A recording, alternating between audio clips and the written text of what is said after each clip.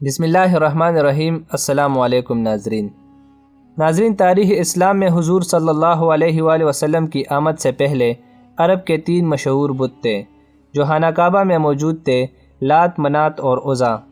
عرب کے لوگ گمراہ ضرور تھے لیکن بہت ذہین اور سمجھدار لوگ تھے۔ تمام تر وحشیانہ پن اور خون ریزی کی فطرت کے باوجود بہت ہی منطقی انداز فکر رکھتے تھے۔ مگر سوال یہ ہے کہ ایسے لوگ بت پرستی کی جانب کیسے راغب ہوئے؟ ناظرین، لات، منات اور عزا کے یہ تینوں بت خانہ کعبہ میں رکھے ہوئے تھے، جن کو فتح مکہ کے موقع پر نبی کریم صلی اللہ علیہ وآلہ وسلم نے توڑ کر خانہ کعبہ سے باہر پھینکوا دیا تھا۔ یہ بت جو خانہ کعبہ میں نصب تھے، ان کو آپ علامتی بت تصور کر سکتے ہیں۔ اصل بت جن کے مندر بنے ہوئے تھے اور ان مندروں میں ان بتوں کی پوجا کی جاتی تھی، وہ عرب کے مختلف علاقوں میں موجود تھے۔ جن بستیوں میں ان بتوں کے مندر بنے ہوئے تھے، ان بستیوں کے ارد گرد کے رہنے والے عرب یہاں مندروں میں آ کر ان بتوں کی عبادت کرتے، ان کے چڑھاوے چڑھاتے، یہاں تک کہ ان بتوں کے سامنے جانوروں کی قربانیاں پیش کی جاتی۔ ان کے سامنے قربان گاہیں بنے ہوتی جہاں جانوروں کو لا کر ذبح کیا جاتا۔ حیرت انگیز بات یہ تھی کہ ان بتوں کی ماننے والوں کی تعداد میں اضافہ ہی ہوتا چلا جاتا۔ ناظرین، اس قدر ذہین عرب ان بے جان بتوں کی عبادت پر کیسے لگ گئے تھے؟ ان بتوں میں ایسا کیا تھا کہ ان کو پوجنے والوں کی تعداد میں کمی کے بجائے اضافہ ہی ہوتا چلا جا رہا تھا؟ یہ بت ان عربوں کو ایسا کیا دکھاتے تھے کہ عرب ان کی عبادت پر مجبور تھے؟ لات، منات اور عزا یہ 3 دیویاں تھیں۔ ان کے بارے میں مشہور تھا کہ یہ نعوذ باللہ اللہ کی بیٹیاں ہیں۔ عربوں کے ہاں یہ بات بہت مشہور تھی، اس لیے ان کو اللہ کی بیٹیاں قرار دے کر ان کی عبادت کی جاتی تھی۔ ناظرین، یہ تینوں زنانہ بت پورے عرب میں سب سے زیادہ مشہور تھے۔ ان بتوں کے ساتھ 3 شیطانی چڑیلیں منسلک تھی۔ لفظ چڑیل صرف سمجھانے کے لیے استعمال ہوتا ہے، دراصل یہ شیاطین کی نسوانی سمت تھی، یعنی عورت، جنات، شیاطین۔ یہ ان بتوں میں گھس جایا کرتی تھی اور اپنے سامنے سجدے کرنے والوں کو مخاطب کر کے ان سے باتیں کرتی تھی۔ کیونکہ یہ شیاطین جنات تھی، اس لیے ان کو جب ان کے ناموں سے پکارتی اور ان کے مسائل پر بات کرتی تو سننے والے اپنی ذاتی مسائل، جن سے وہ صرف خود آگاہ ہوتے، سن کر پریشان ہو جاتے اور سوچنے لگتے کہ یہ بت واقعی نعوذ باللہ خدا کی بیٹیوں کے ہی بت ہوں گے۔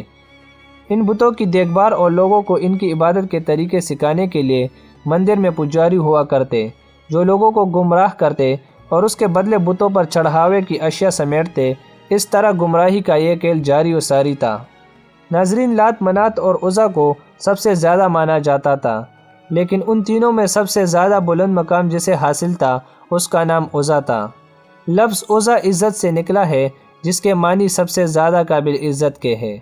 عزا کا یہ بت خوراز نامی ایک بستی میں واقع تھا۔ یہ بستی وادی نخلہ میں سوق اوقاس کے قریب واقع تھی۔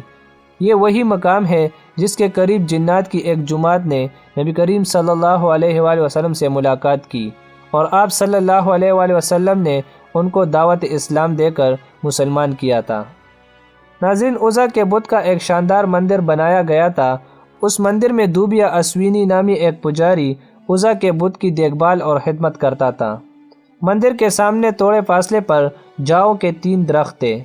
یہ ایک صحرائی پودا ہوتا ہے، اجاڑ اور بیاباں صحراؤں میں پیدا ہوتا ہے۔ جاؤ کے ان درختوں پر عزا کا بسیرا تھا۔ وہ شیاطین میں سے تھی اور عورت جن تھی۔ اس بارے میں کسی کو علم نہیں تھا کہ وہ عزا بت جس کی پوجا کی جاتی ہے ایک شیطانی طاقت تھی جو ان درختوں پر رہتی تھی جو اسی کے مندر کے قریب تھے۔ جب کبھی لوگ اس کی پوجا اور چڑھاوے اور منتوں کے لیے آتے تھے تو وہ مندر کے بت میں داخل ہو کر بولتی تھی، لوگوں کے مسئلے اپنے شیطانی قوتوں سے حل کرتی تھی اور ان کو بھٹکاتی تھی۔ اس کا آقا شیطان اس کی اس کارکردگی سے بہت خوش ہوتا تھا۔ ناظرین، جب مکہ فتح کر لیا گیا تو کچھ دنوں بعد بتوں کی شامت آ گئی۔ خانہ کعبہ میں رکھے گئے بت توڑے جانے لگے، اصل رب کا نور چمکنے لگا۔ خانہ کعبہ سے بتوں کو ہٹانے کے بعد مختلف دیہاتوں بستیوں میں بنے مندروں کی بتوں کی باری آ گئی۔ چھوٹے موٹے بتوں کو تباہ کرنے کے بعد اب عزا کی باری آ گئی۔ ناظرین، 25 رمضان المبارک کو نبی کریم صلی اللہ علیہ وآلہ وسلم نے حضرت خالد بن ولید رضی اللہ عنہ کو طلب فرمایا۔ انسانی تاریخ کے سب سے قابل ترین جرنیل حضرت خالد بن ولید رضی اللہ عنہ کو عزا کی تباہی کا مشن سونپا گیا۔ آپ صلی اللہ علیہ وآلہ وسلم نے حضرت خالد بن ولید رضی اللہ تعالیٰ عنہ کو حکم دیا کہ وہ عزا کے مندر کے قریب 3 جاؤ کے درختوں میں سے ایک کو جا کر کاٹ دیں۔ آپ رضی اللہ تعالیٰ عنہ بارگاہ رسالت سے حکم پا کر خوراز نامی بستی پہنچے، مندر تلاش کیا اور اس کے قریب واقع جاؤ کے درختوں میں سے ایک کو کاٹ دیا اور واپس آ گئے۔ جب آپ نبی کریم صلی اللہ علیہ وآلہ وسلم کی خدمت میں حاضر ہوئے اور درخت کاٹنے کا حال بتا دیا، اس پر آپ صلی اللہ علیہ وآلہ وسلم نے پوچھا، اے خالد رضی اللہ تعالیٰ عنہ، جب آپ درخت کاٹ رہے تھے تو اس دوران کوئی واقعہ پیش آیا؟ حضرت خالد بن ولید رضی اللہ تعالیٰ عنہ بولے، یا رسول اللہ صلی اللہ علیہ وآلہ وسلم، میں نے کوئی بھی واقعہ رونما ہوتے نہیں دیکھا۔ اس پر آپ صلی اللہ علیہ وآلہ وسلم نے دوبارہ حضرت خالد بن ولید رضی اللہ تعالیٰ عنہ کو حکم دیا کہ آپ دوسرا درخت بھی کاٹ دیجئے۔ ایک بار پھر حضرت خالد بن ولید رضی اللہ تعالیٰ عنہ وہاں پہنچے اور درخت کاٹنے کے بعد واپس آقا صلی اللہ علیہ وآلہ وسلم کی خدمت میں درخت کاٹنے کا احوال بیان کیا۔ آپ صلی اللہ علیہ وآلہ وسلم نے ایک بار پھر خالد رضی اللہ تعالیٰ عنہ سے پوچھا، اے خالد رضی اللہ تعالیٰ عنہ، اس بار جب آپ درخت کاٹ رہے تھے تو اس بار کوئی واقعہ پیش آیا؟ حضرت خالد بن ولید رضی اللہ تعالیٰ عنہ نے عرض کیا، یا رسول اللہ صلی اللہ علیہ وآلہ وسلم، اس بار بھی کوئی غیر معمولی واقعہ پیش نہیں آیا۔ آپ صلی اللہ علیہ وآلہ وسلم نے ایک بار پھر حضرت خالد بن ولید رضی اللہ تعالیٰ عنہ کو تیسرا درخت کاٹنے کا حکم دے کر بھیجا۔ تیسری بار جب حضرت خالد بن ولید رضی اللہ تعالیٰ عنہ تیسرے درخت کے قریب اسے کاٹنے کی نیت سے پہنچے تو اچانک عزا نامی چڑیل آپ رضی اللہ تعالیٰ عنہ کے سامنے ظاہر ہو گئی۔ وہ ایک کڑیا صورت ننگی بوڑھیا کی روپ میں تھی اور شعلے برساتی آنکھوں سے حضرت خالد بن ولید رضی اللہ تعالیٰ عنہ کو گھورنے لگی۔ اچانک مندر کا پجاری بلند آواز سے بولا، عزا خالد کو قتل کر دے، اگر تو نے خالد کو قتل نہ کیا تو آج تو ذلیل و رسوا ہو جائے گی۔ عزا حضرت خالد بن ولید رضی اللہ تعالیٰ عنہ کی جانب بڑھی، آپ رضی اللہ تعالیٰ عنہ نے تلوار نکالی اور اللہ رب العزت کا نام لے کر عزا پر حملہ کر دیا۔ پہلے ہی وار میں عزا کا سر تن سے جدا ہو گیا، اس کے زمین پر گرتے ہی اس کا جسم دڑ دڑ جلنے لگا۔ تھوڑی دیر بعد آپ کے سامنے کوئلے کا ایک ڈھیر پڑا ہوا تھا۔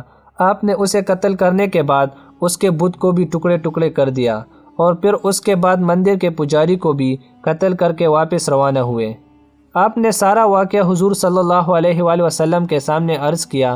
اس پر آپ صلی اللہ علیہ وآلہ وسلم نے فرمایا، یہ عزا تھی، اب یہ ہمیشہ کے لیے ختم ہو گئی ہے، اس کی دوبارہ اب پوجا نہیں ہوگی، اور یوں صدیوں تک پوجی جانے والے شیطانی طاقت کا خاتمہ نبی کریم صلی اللہ علیہ وآلہ وسلم کے حکم پر سیف اللہ حضرت خالد بن ولید رضی اللہ تعالیٰ عنہ نے کر دیا۔ امید کرتا ہوں دوستو آپ لوگوں کو ویڈیو پسند آئی ہوگی، تو ملتے ہیں اگلی ویڈیو میں، تب تک کے لیے اللہ حافظ۔